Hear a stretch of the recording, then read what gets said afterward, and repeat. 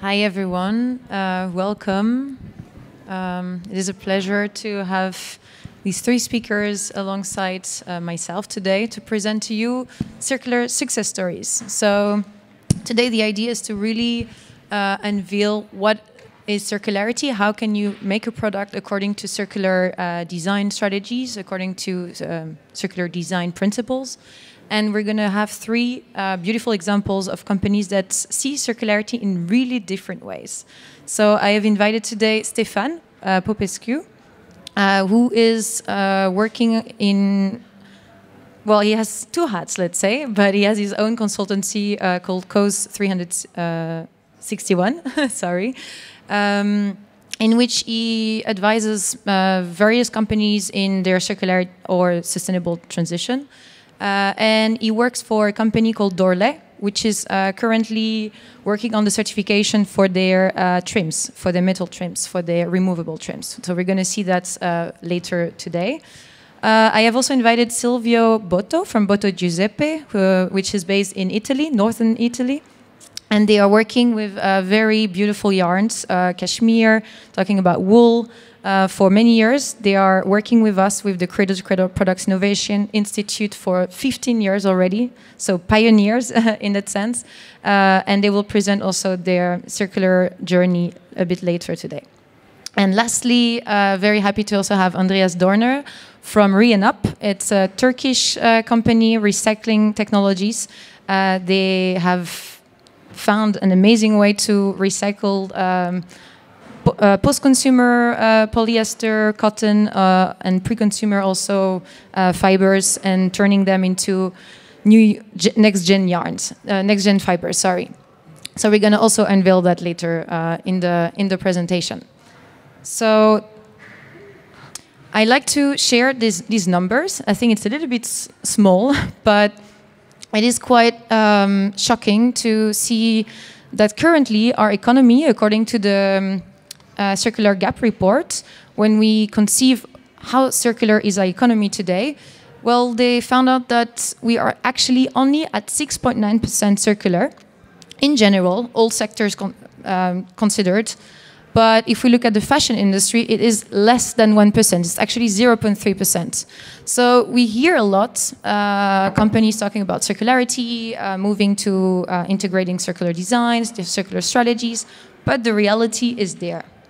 We are not at all there yet. So how do we double circularity? How can we actually make circularity an action pillar? To embed it better and not just talk about it. And we hear a lot that circularity is just too expensive. We hear that, yeah, well, you know, it's not easy to integrate it in our business model. It is not really like a priority. But if you look at the McKinsey survey from 2023, they found out that actually sustainability is the biggest opportunity right now for manufacturers and brands to differentiate themselves and to sell their products. So there is a huge demand for sustainability. And according to the Ellen MacArthur Foundation, there's circular business models are worth billions by 2030. So there is a business model behind. It's just to understand how to integrate it. How can you integrate it better? And this Circle Economy Foundation, which is developing the Circularity Gap report every year, they explained and shared, and I shared this quote from them, that we need to mention and to talk about circularity in an homogeneous way. So we all need to talk about circularity in the same way. And we don't. So we need a global standard. We need a standard that talks to everyone, that everyone can measure their products against to ensure that their products are really circular or moving towards circularity. And there is a solution for that. It is the Cradle to Cradle certified certification. It is a certification that exists for already more than 15 years. And it takes a very holistic, comprehensive approach in the way that circularity is not only to be seen as a one pillar, but to be seen as an intertwined aspect of sustainability. So we need to consider, before circularity, the chemicals, the chemical composition of a product. There's no circularity without safe composition, safe chemicals in a material and in a product. So we look very thoroughly at what we call material health, what is in the product, and ensuring that it is safe to be used, to be reused, and to be placed on the market. Once we assessed the safety of the product, we look at its circularity. And this is something that we will look more in depth afterwards. So material health and product circularity are really focused on how do you design your products. Is your product made for a next life? Is your product safe for a next life? And after, with the next 3 pillars, we look at how is the supply chain working hand in hand together to embed to reduce their greenhouse gas emissions, to embed renewable electricity, to reduce their impact on water, on the soil, and of course to also ensure that all the people working on the supply chain are treated fairly. So this certification provides a third-party assurance, a proof that what is said is actually being done. So this is very important nowadays with all the greenwashing and greenwashing that we're seeing in the economy. That there is a proof, there is an independent body that can assess that the claims are truly made and achieved. And we are encouraging, of course, companies to make products in a modular way, which is kind of intertwined with the circular economy principles. So we've done the same with our certification. We have this very holistic, comprehensive certification with 5 pillars, but we also accept companies to start their journey with one aspect. So you can start with just material health, ensuring that your product is safe. You can go for product circularity, ensuring that your product is meant for next life. And you can also go for the full scope, which is the most holistic, comprehensive one.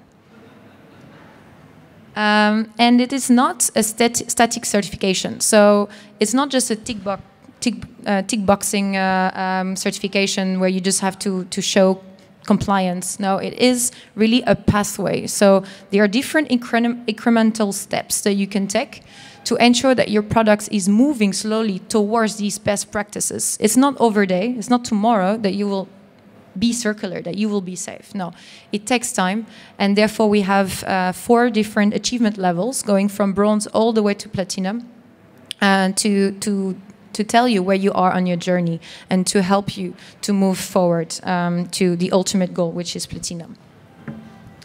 So now I want to take a deeper dive into how do you design a product to ensure that it is enabling a circular economy.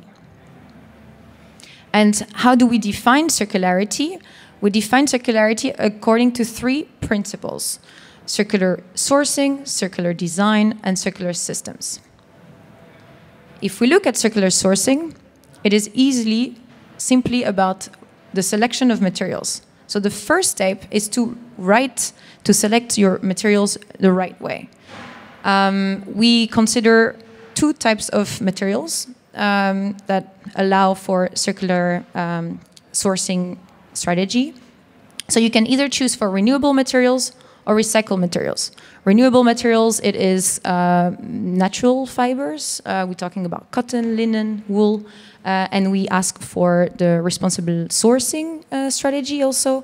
Where are these materials coming from, and ensuring that they're not harming the biodiversity or the land on which they're extracted from.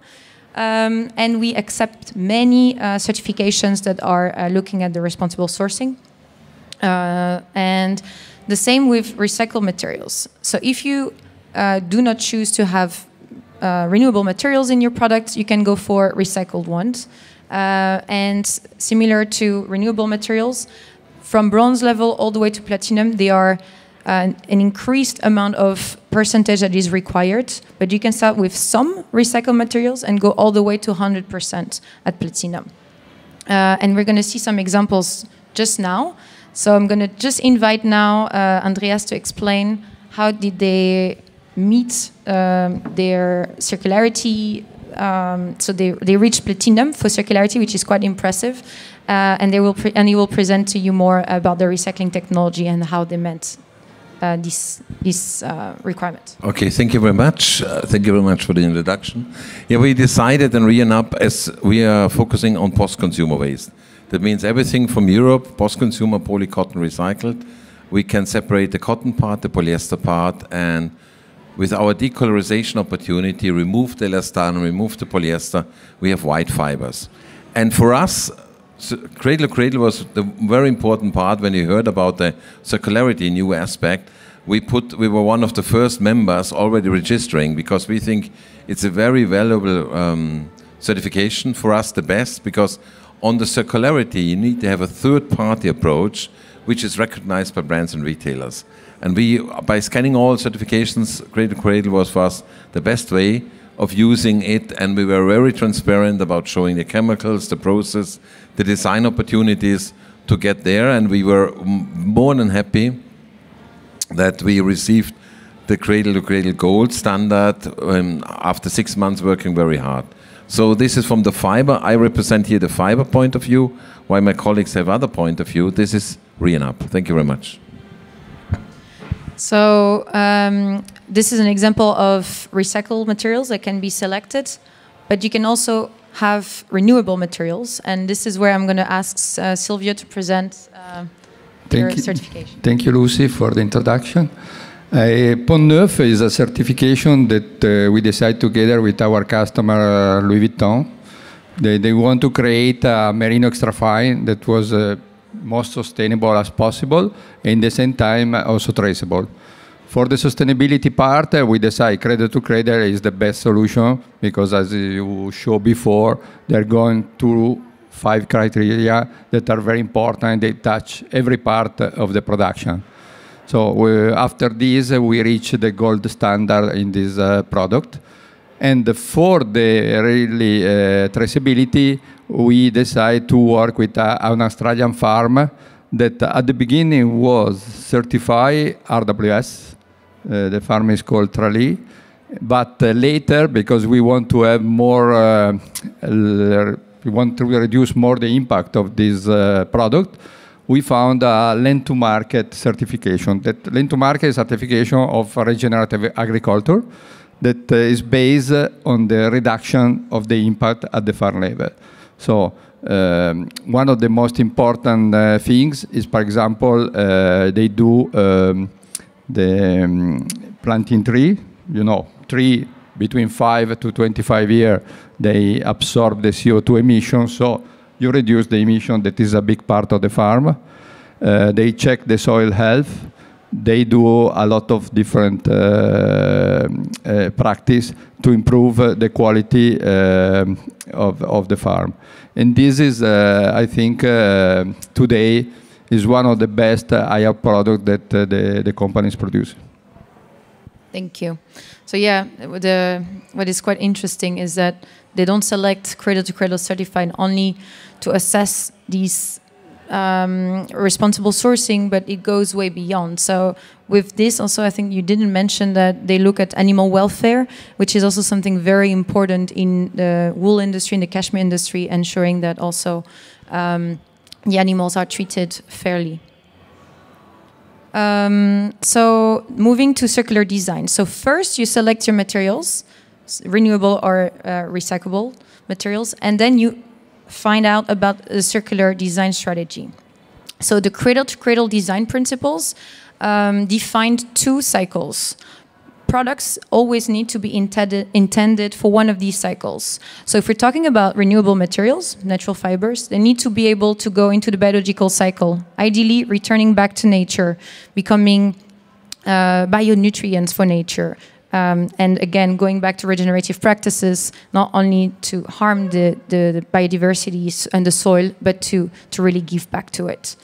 And when we talk about the technical cycle, well, some materials cannot be disintegrated under normal conditions in the environment. So we need to have a different strategy for those materials. And this is where we're looking at, obviously, recycling, but we also look at other strategies.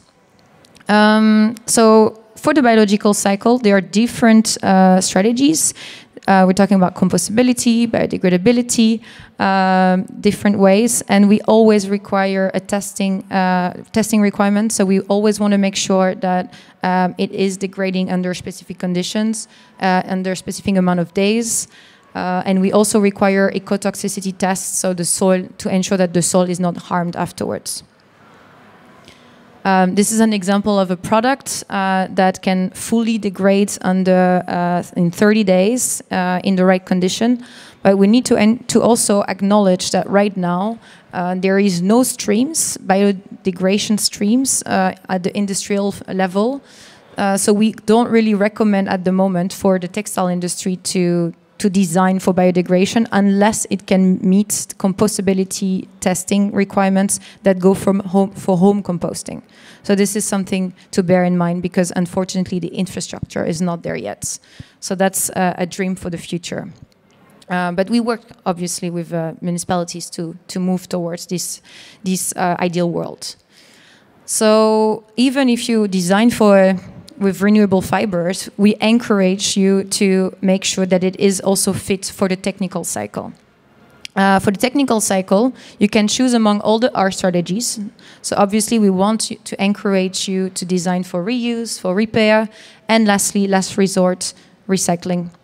And it is very important to ensure the compatibility, the material compatibility, because, for instance, more than 3 blends, it won't meet the recycling, it won't be recycled. So we need to be very careful with the materials that we select and the percentage of each materials that we select to ensure that it is compatible with the recycling systems in place. And then we look at circular design strategies. So you can choose product as a service, for instance. This is what I actually had with my jacket right now. I paid it under a 12-month subscription, and I decided that I like this jacket, so I will keep it. So there are new business models that that companies have been exploring, and we encourage anyone to look at those. So it can also be reducing the material weight. It can be increasing the product longevity. It is your strategy, and this is what we also want to emphasize with circularity. There's not one good solution. There are a lot of different options, same with all these manufacturers that we invited today. It is your strategy and it is your power to also differentiate yourself and to define what for you is circularity. So I also brought an example of G-Star. They have certified tailors and they offer free repairs for all their consumers. And yeah, it works really well. It is a way to really extend the lifetime of a product. And of course, by offering it for free, you really incentivize consumers to do so. And one very important aspect in circularity is to design for disassembly. The recyclers will not cut off. Well, they will cut off some parts of the garment if it's easy to remove, but excessive additional trims are not necessary and will harm its recycling potential. So we really want to encourage to design for disassembly.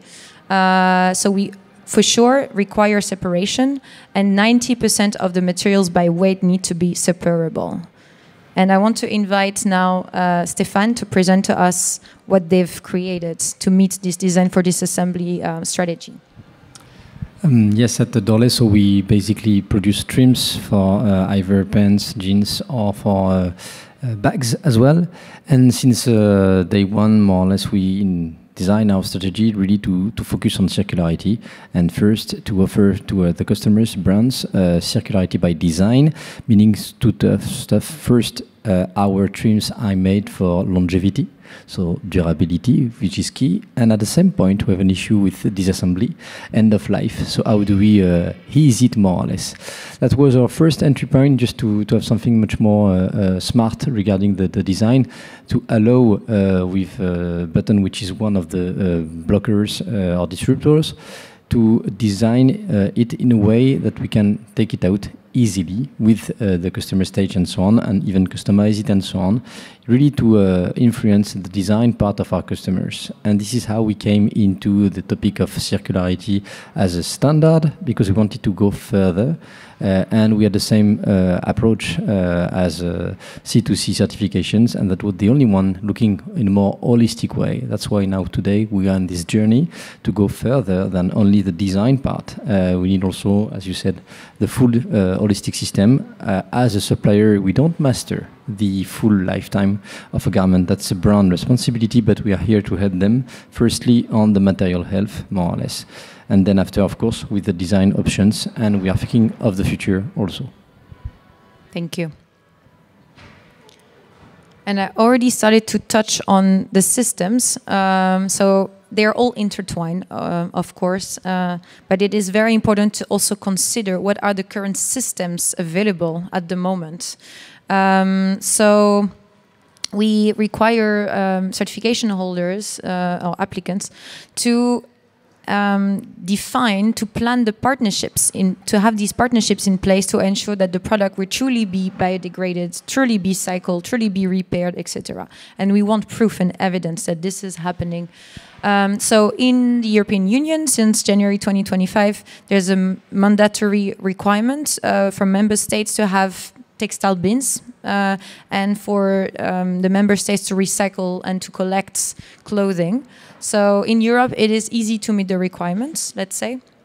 But there are also other functions. So you can have your own private take-back systems. And this allows you to have more design. You will have different design strategies that are enabled, because there are a lot of limitations with what the municipal systems can accept, can treat, and can recycle. And therefore, with your own take-back system, you might have more freedom, let's say, of design.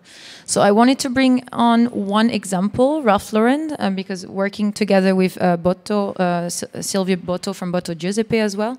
They have their own take-back system, which is called Reverso. And they accept any 100% cashmere materials products to be returned back, and then they return it into new full sweater, cashmere sweaters. So very good example of how they can close the loop and providing the perfect systems themselves. That was actually missing from the governmental perspective. And one other very important aspect in circularity is traceability. So we can embed all these strategies, but if no one is aware of what was actually performed and conducted, it might be lost in translation, might be lost in time. So ahead of the digital product passport, we offer what we call a circularity data report. It is the same system, kind of a passport for the product, for the material, to understand what is the circular sourcing strategy, what is the circular design strategy, what was the circular systems in place, and to give all the tools to the recyclers to know how to disassemble this product and how to cycle it and etc. And we see that it is the future. So we have that in place, and we're digitalizing also by the end of the year. So this is one of the only way to also truly achieve full circularity. So if you want to find what type of products are certified, we have a database on our website. And I'm just going to turn to you just to understand if there are any questions on how do you design a product for circularity. And if not, then I will turn to the panelists for some questions. So do we have any questions so far? All right, we can always come back to it also at the end. So now moving to our panel discussion. So I want to understand a bit more what is for you circularity, and what did you choose Cradle to Cradle certified for this journey? I'm going to start with you, Stefan. Yeah. So again, point of view of a supplier, more or less for circularity, really the circle topic is important for us as material producers for metals. It's important for us to also have our lower impact on the full supply chain, and we are thinking more and more on the second life, which is a difficult point of view for us because we don't master the end of life of the final product as we are component producer. So when we are looking on the circularity, we have already the mindset, okay? The maturity on our customers is not always there, but on our side, since a long time, we invest on what we can do with 2 points for the moment. Design, first, to help designers to get influenced by the circular approach, so the circular design strategies. And on the second steps, to work on the material health. We were looking for trying to improve our material since a long time. We improve in innovation, sustainable innovations to take out, to face as much as possible as chemicals. But it's a very difficult topic. And we are looking also to get recognitions from the market because we can't be the judge and judgy about what we do. And there is very few certifications encompassing all these steps about material health, and C2C is the only one, and with quite demanding level of achievement, which is different also from what's out there, whether it's on chemical management, whether it's on energy and so on. So it was the only certifications we could reconnect with all our initiatives on the material, meaning the sourcing, the material, all the value chain, the processes on productions, and then afterwards on the circular design. We are not finished yet on our certification, almost on the finish line, and we are not finished yet on the approach we want to do with our customers. We have new innovations coming in, but just a long journey also, which we are quite happy to have in the end with C2C certification. Thank you. Yeah, I think it's also good to explain that our way to deal with material health is not simply by restricting some substances. So you mostly see in other certifications a list of restricted substances, and they verify that these substances are not in. We go beyond that. So we do a full material health assessment, and we do an inventory of everything that is in the product. We assess it thoroughly, and we look at concentration levels that are very small compared to also European concentration levels. And we try to find alternatives or to reduce them at maximum to ensure that they won't have any hazardous substances in it.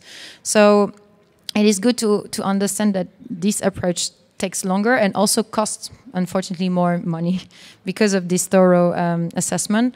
But it is the only way to circulate non-toxic materials.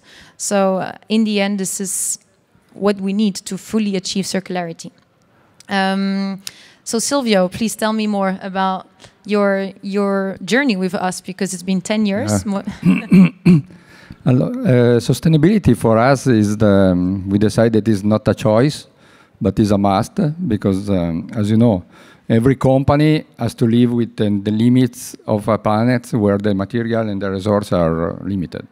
So we know that the meaning of sustainability is to keep our resource without compromising the one of the future generation. We know that today this is not happen because we use much more resource than the planet can use every year.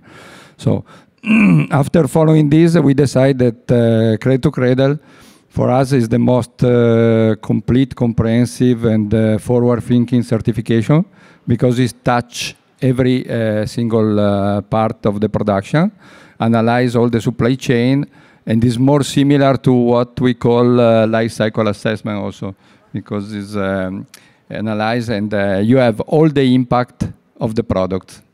Those impacts, they are different, and they are evaluated through different criteria.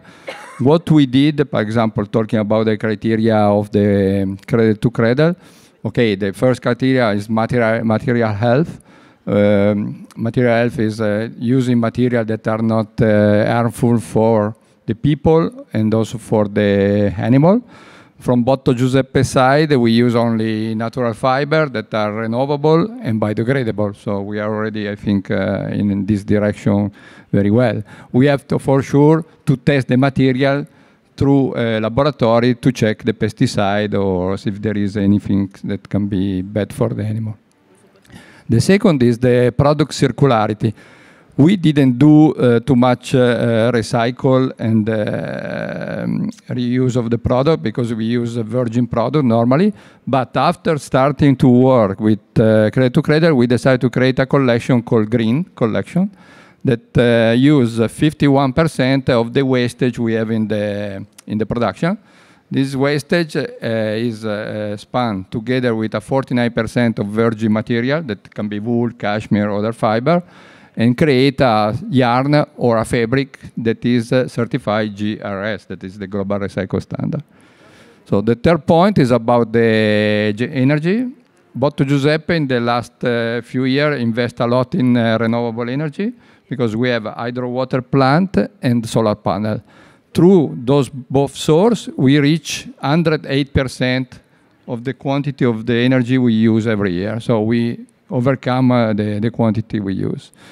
Regarding the water and the soil stewardship, that is another big point. I think is we need to preserve the water because it's an important resource. There are two ways to do. One is that through saving, so reducing the use of water in the dye mill, in the finishing mill, and the other is through investment. So we do investment in the depuration plant, in the new finishing plant, in the dye mill to reduce the impact. In the last 2 years, we reduced the use of water of 20%. And this will be very important when the digital passport probably will become in the market. The last point is about the social fairness. Of course, we need to care about the people working in the company and also the community that live around the company. For example, we work with the school, we support the student, and we do things like this. Credit to Credit is a fantastic, for me, certification. For sure, there are some implications, some challenge. One of the bigger challenge, but it's not Credit to Credit challenge, is a challenge for the sustainability, is the cost. Because our supply chain, textile, is very long, is very complex. And every passage you want to improve, you have to invest. Sometimes those investments are very good to reduce the impact, but maybe they are not sustainable from a financial point of view. So you need to create a balance that is workable. The second point is the complexity of the supply chain. So you need to work very close with the supplier. The supplier, we have many suppliers, but after starting with Credit to Credit, we went to, for example, Australia, and we start to work with single farm. Single farm, we did agreement, and those agreements, they are a win-win situation because from a point of view of the farm, we pay a price that is higher than the market price because we recognize a premium to the farm. And from our side, we have a fully traceable yarn or fabric. Another important point that can be a challenge is the maybe the difficulty to change the mentality inside the company, because when you do sustainability, you have to change your system to work. Maybe there are some, contrast, and this can be avoided through training, clear communication that must be from the top to down, and also incentive to the people. The last one, but it's not the last because it's the most important, is design.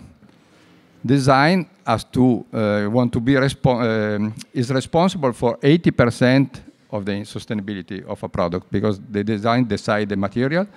So the design must accept some limitation. If you are a designer, you have probably limitation. It can be in the color. We were talking before about Ralph Lauren. Ralph Lauren has a beautiful cashmere, and they want the color very, very deep, very strong. With some chemical that you have certified Credit to Credit, sometimes you don't arrive to the right color. So you have to accept a little different, but of course is a better and more sustainable. So this is one, but it can be in the material, it can be in the process, in the performance. So you have to accept some reduction, but you have a better impact.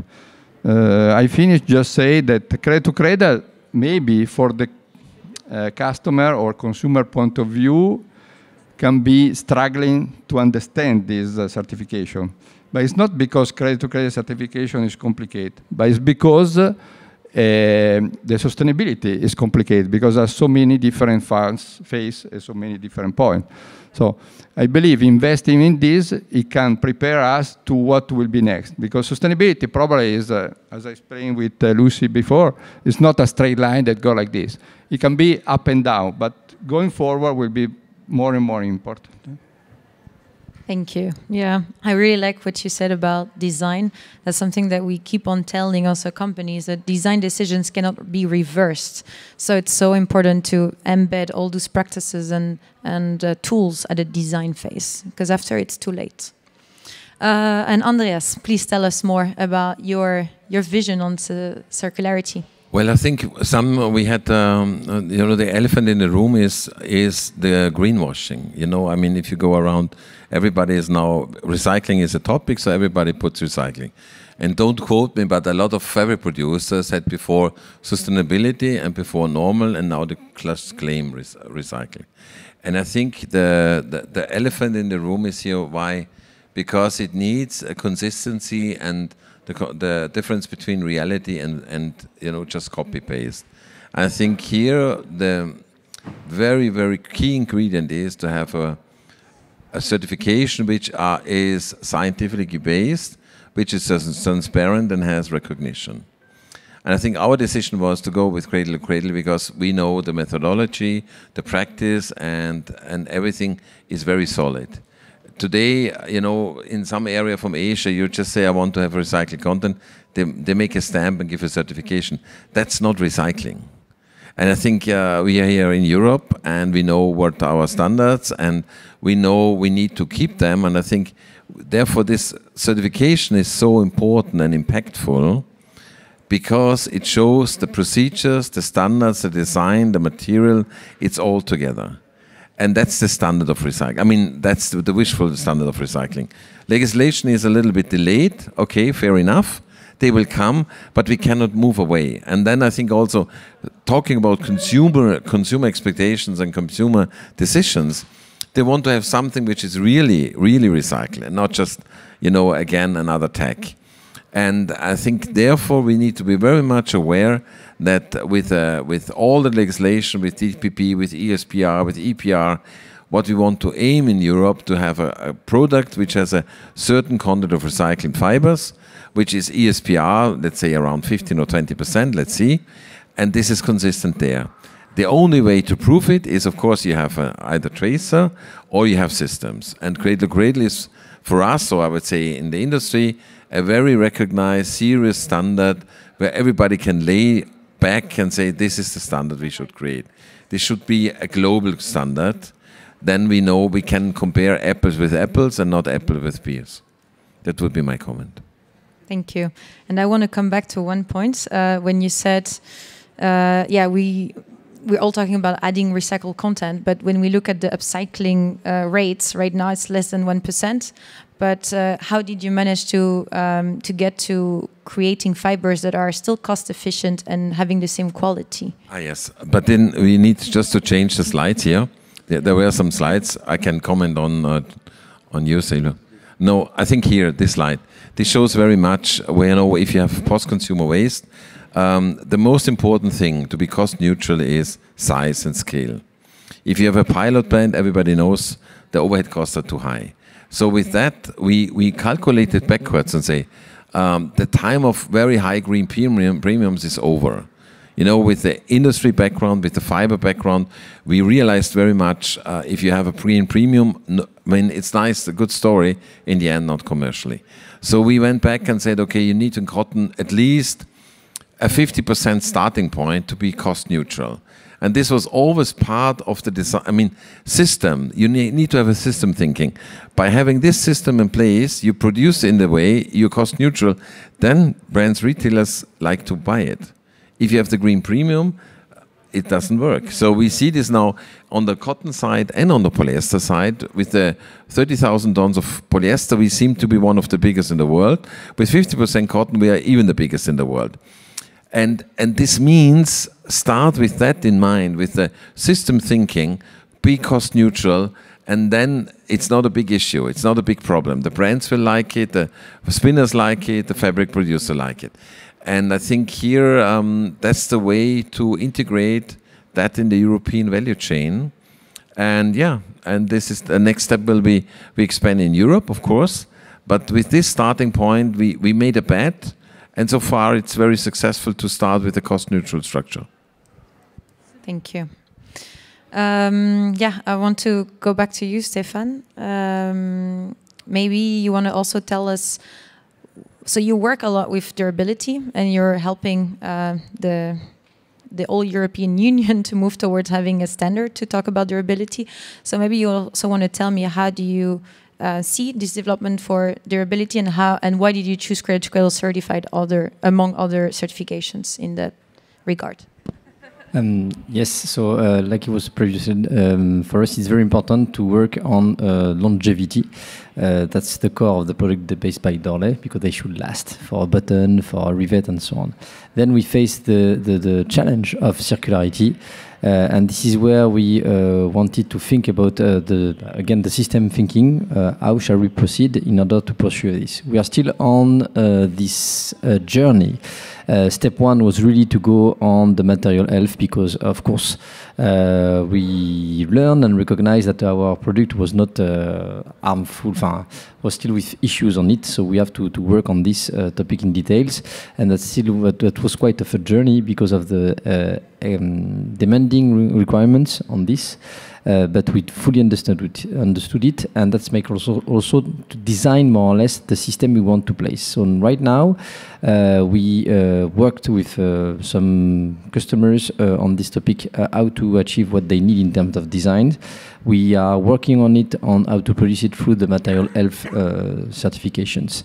And next step is now to think about the end of life of this product, which shall last a long time. So it's a really system and time-wise thinking. So we think at more than 5 years, between 5 and 10 years, which is quite challenging when we see the market more or less. But that's also interesting, because then you are much more thinking globally and what will happen in the value chain based on some facts like regulations coming in and so on. That will be quite a game changer on this topic. And so we are preparing for this, and we are innovating for this. We also, this journey also pushes us in our boundaries to not think only about serving customers with a product, a component, but to again think about the design of the system. We're looking at the price. That's a real topic we are thinking also same way as you, to be as cost neutral as possible, and to find also the best trade-off for the full value chain. That's what we are trying to do, and we face some challenges. The first one is this shared vision that we have, that we still have difficulties to share it with the brands.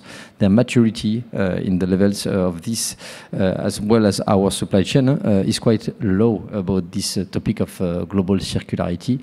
Then the second challenge we are facing also, quite interesting, is the data collection challenge. It asks a lot of information, and we are getting broader from our area of expertise.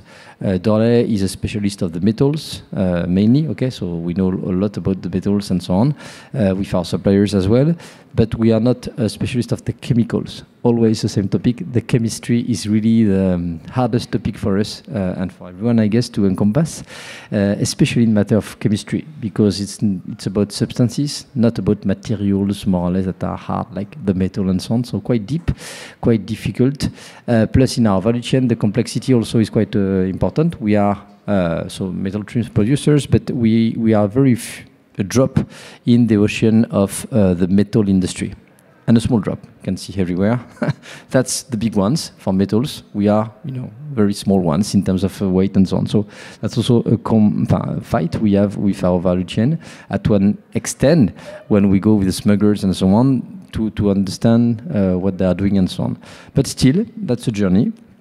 And still we are benefiting for it. First, learning more or less a lot through the journey with our value chain, with our partners, and pivoting quite a lot in the design, profound design of our product. How do we make it, not only design it, but really at the substances level, So how do we design our product at this substance level in order to be harmful? It's not just to be nice, to be durable, to be whatsoever. It's to be also not harmful. That's quite a level that designers may not have today in mind, but that's much more, so that's very, how do you say this? I won't say deceiving, but you know, always failure, failure, failure, and then one success. So it's such a journey. But at the end, we are quite happy with what we are going to, because of course we are taking out a lot of issues that will come. That will be more and more important for us, more and more important for the market and for our competitors as well. That's also the Ocean Blue strategy we are putting here, going in a very high demanding. Of course, the entry level will be difficult to go. It takes so much time for us, and we are one of the best in the planet. So of course, our competitors will have even harder time. That's also what we are betting in. So really, again, a systemic view for circularity, and also embedded in time, which we bet also. But then we are betting on the right side. So being mindful of the time, and to give the audience also a bit of time, I think I'm going to summarize what we've all said in just saying that this certification is not very easy, as you understood, but it is a way to talk all about circularity the same way, so to all talk about the same language, which is very important to really achieve it. And I wanted to say, I have a blank. I will add something what is important. It may be challenging and difficult, but still it's converged with a lot of other things existing here.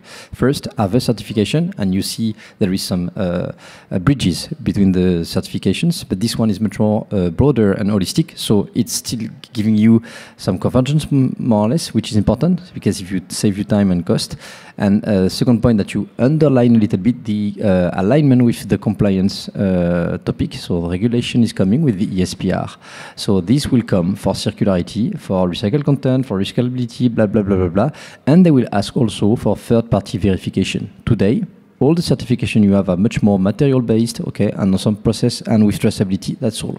And material-based, beginning of the material, not the processes.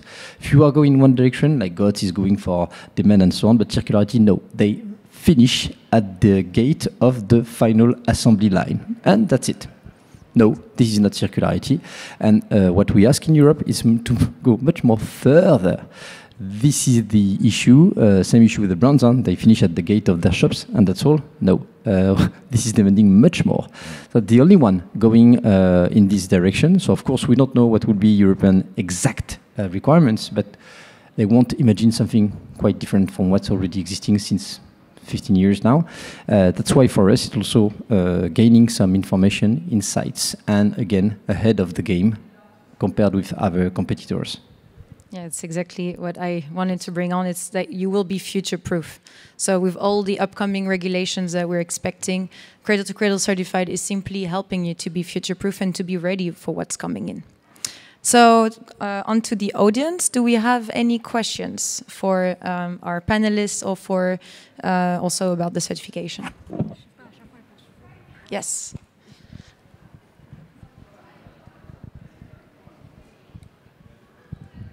Thank you.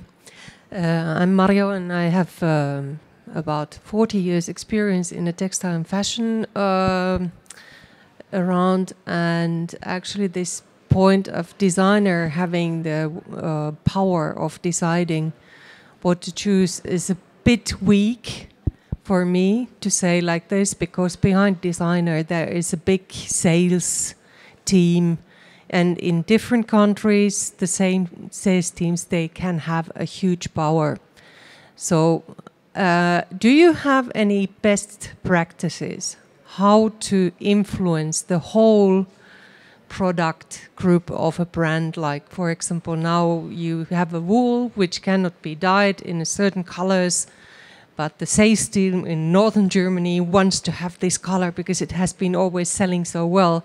So how can you influence the team, the client team, designers, and everyone there, so that the people accept that one, that you cannot have now that color?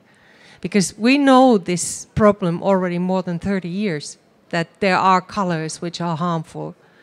but nothing happened. So how do we make it happen now? For sure, it's not an easy job, because we know that there are resistance. As I said before, one of the implications or challenge of the certification, not only credit to credit, is the resistance inside the company. Or when you are used to buy or to use always the same quality of wool, it can be cashmere or other material, the people, the design, try to use this because it's simple. Then there is for sure for marketing and sales contrast, probably due to the cost, because in the moment you change from a normal product to a more sustainable product, there is a difference in price. It's impossible that sustainability, if it's true, otherwise it's greenwashing, as it was saying, at the same price. Unfortunately, today there are a lot of customers that are thinking about sustainability. There are sustainability even people inside the company, even big group, but they don't have power. They continue to sample, to make a trial to improve, to think for the future, but unfortunately they have very low power against design. That is the biggest power, because they say, I need this material because it's my favorite, even if the impact is much more, or against the sales marketing, that for a question of price, they go down. So it's something that has to be forced from the top part of the company to down. But then, as I said, has to be accepted at every level, otherwise will be nonsense. Let me add here, I think the most important is what Silvio said, is the transparency.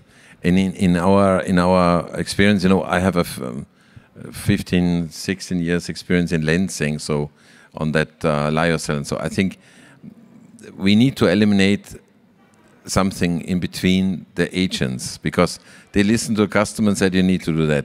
I think what Silvio said is top down. There need to be, like the company says, this is possible and this is not possible, and have a very honest discussion. And so don't want you. This is not possible. So don't ask for that. This is the variety. And normally all designers said, I like the product. It's very good. I like the story. Okay, let's make the best out of it. If you have too many people in between, people just like agents who are selling on, I don't know, they cannot transform the message, because this needs also a strong messaging, a clear messaging from the headquarter to all the customers in this way, and serious customers said, okay, I got it. Don't promise something which is not going, because expectation management is very important. What we just said, expectation is this is the product, this is the rarity, this is possible. Other things are not possible. And then it's very open. Most of them, the designers say, okay, fine, I got it. Let me think about, I like the product. And okay, you have to go away from your dreams. But in the end, this transition where we are now in the next few years will always be that. The most important is as transparent as possible communication. This is the possibility, this is not possible. And if you want to have like an elephant flying, it's also not possible. So, things are there, and on the journey, it will work. Sooner or later, it will work out. And some customers don't fit. I mean, we have also, seriously, we like all our customers, but some will not fit because they still dream on the 100% polyester and everything is possible and everything is possible. But in the recycling area, not everything is possible. And we all need to shift in this direction. Sorry, I just wanted to add this. Very important is talk seriously as much as possible. When you get the support like Silvio is doing from the top management, everything is much easier. And on my side, I will resume it. It's always the same things with humans, two possibilities, sticks and carrots. So sticks are something coming in more in a global way with regulations and so on. So we need to educate also all the value chain up and down. So brands and also suppliers, what's coming in. That's also a very important thing and moving in every country, not only in Europe. And second point is of course about the carrots, sexiness, whether it's for designers, whether it's for sales teams or buying teams or whatsoever. So very understanding what we are doing and and showing the purpose. So when you see Andreas telling you we are going for a cost neutral approach, which is just for buyers, well, they understand that's what they are looking for. So give them what they want.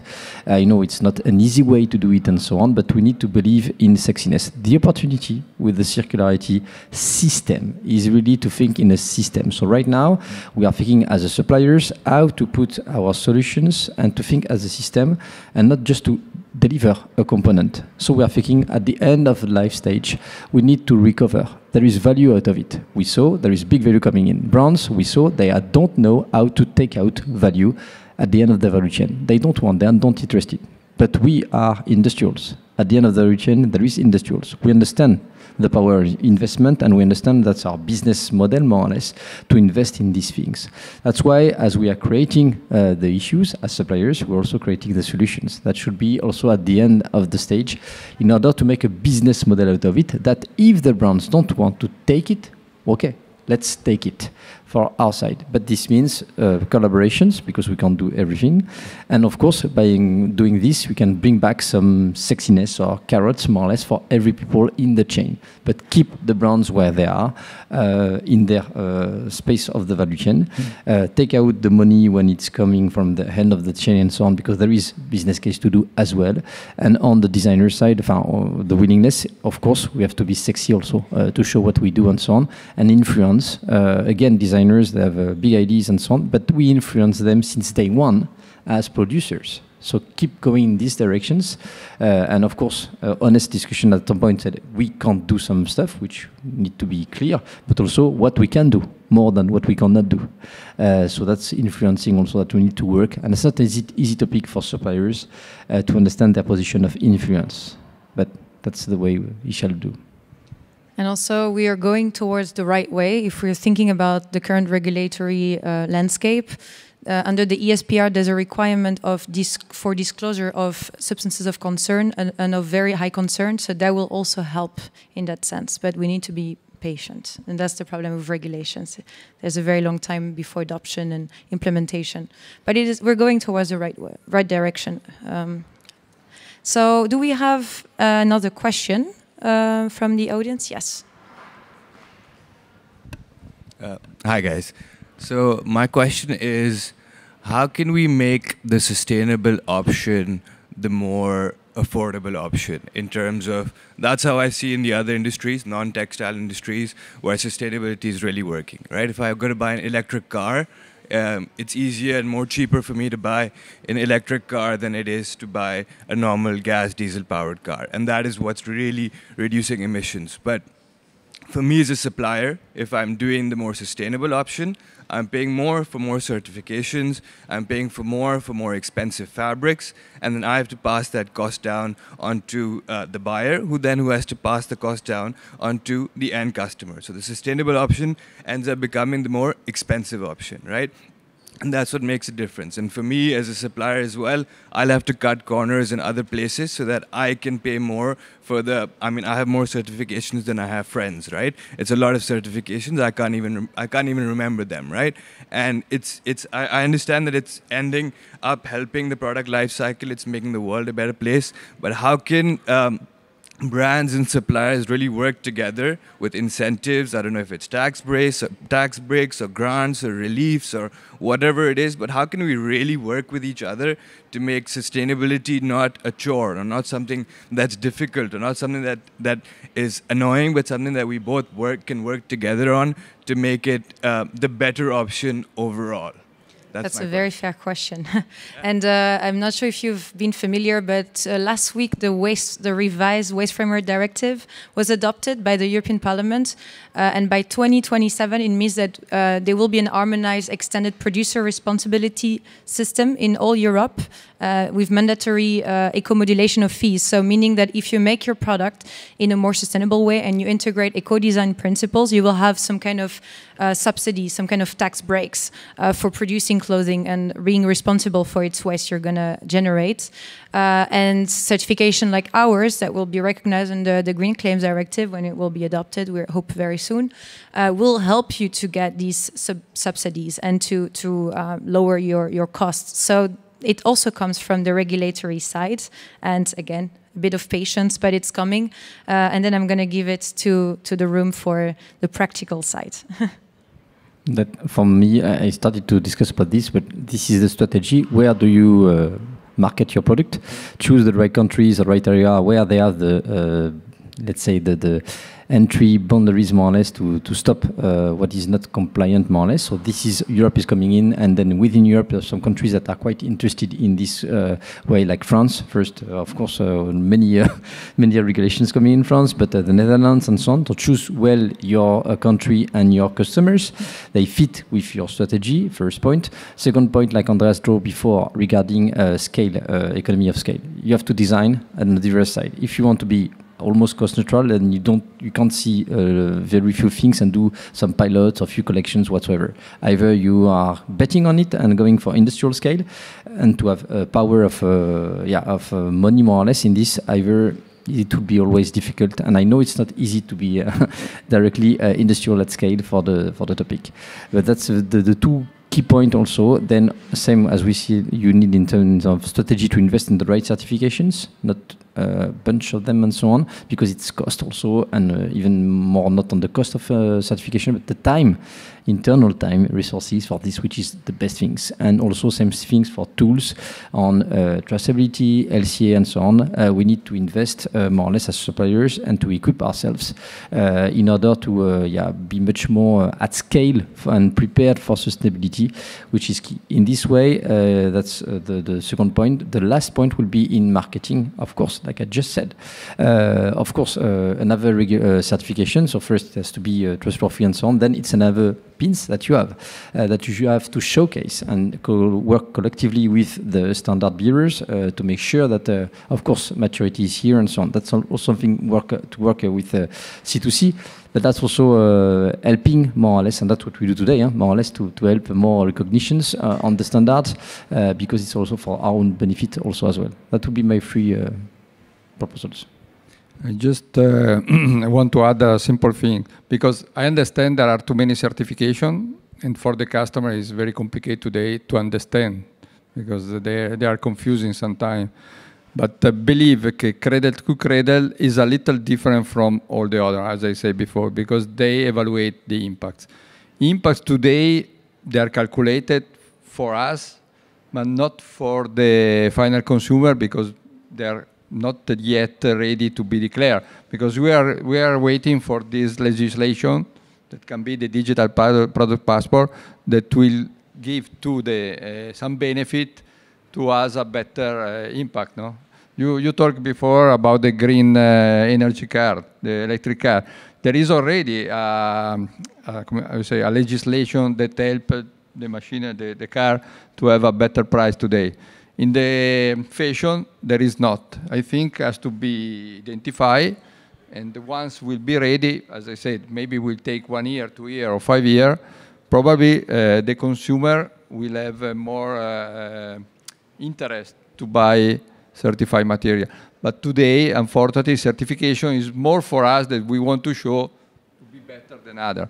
But for sure, there is a different price compared to normal material. Nothing to add. Everything is said. Yeah, I think we have to close this panel, but you have our contact if you have more questions, and we're going to stay here also. So thank you everyone for being here today, and very looking forward to have more conversations on this after. Thank you very much. Thank you all for joining. Thank you.